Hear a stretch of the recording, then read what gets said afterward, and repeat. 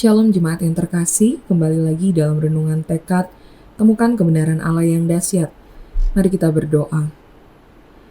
Kami bersyukur kepadamu ya Tuhan untuk cinta kasih-Mu yang tidak pernah berkesudahan dalam hidup kami. Dan saat ini meresponi cinta-Mu bagi setiap kami rindu untuk kami juga boleh dibentuk melalui kebenaran firman-Mu, sehingga hidup kami semakin hari semakin memuliakan Engkau. Terpujilah nama-Mu, di dalam nama Tuhan Yesus kami berdoa. Amin. Bacaan Alkitab hari ini dari Esra pasalnya yang ke-9 ayatnya yang ke-3, demikian firman Tuhan. Ketika aku mendengar perkataan itu, maka aku mengoyakkan pakaianku dan jubahku, dan aku mencabut rambut kepalaku dan janggutku, dan duduklah aku tertegun. Suatu ketika saya mendengar cerita dari istri mengenai hari itu bahwa anak kami yang kecil tidak mau masuk sekolah. Alasannya karena sakit. Lalu kami suruh untuk istirahat supaya cepat pulih dan tidak boleh main handphone. Namun ternyata ia tidak pakai waktu untuk istirahat tapi malah bermain handphone dengan berbagai alasan. Akhirnya besoknya kondisi malah semakin buruk.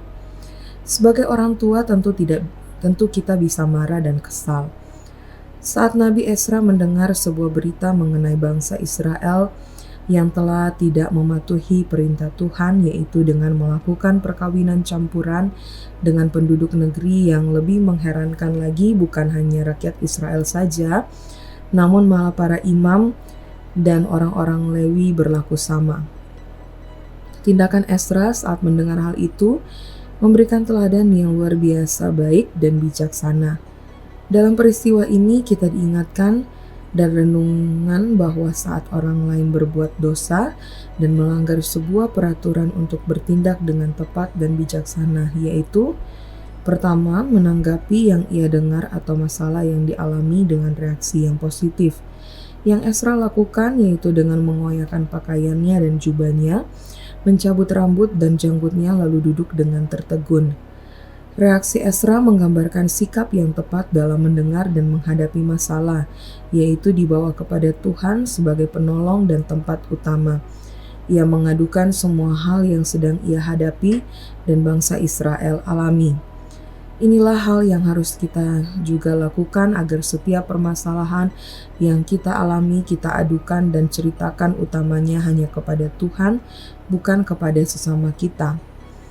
Kedua, sebuah tindakan yang tidak kompromi dengan dosa namun menegur dengan cara yang bijaksana. Bahwa Esra penuh dengan keyakinan bahwa melalui berdoa kepada Tuhan bisa mengubahkan akan seseorang sehingga menyadari dosanya.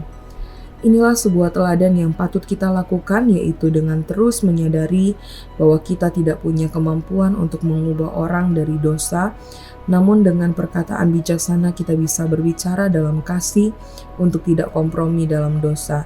Bisa Tuhan pakai untuk menyadarkan orang lain.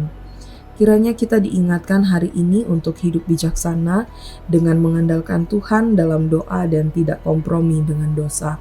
Mari kita berdoa. Tuhan, terima kasih untuk firman-Mu yang kami baca dan renungkan ini.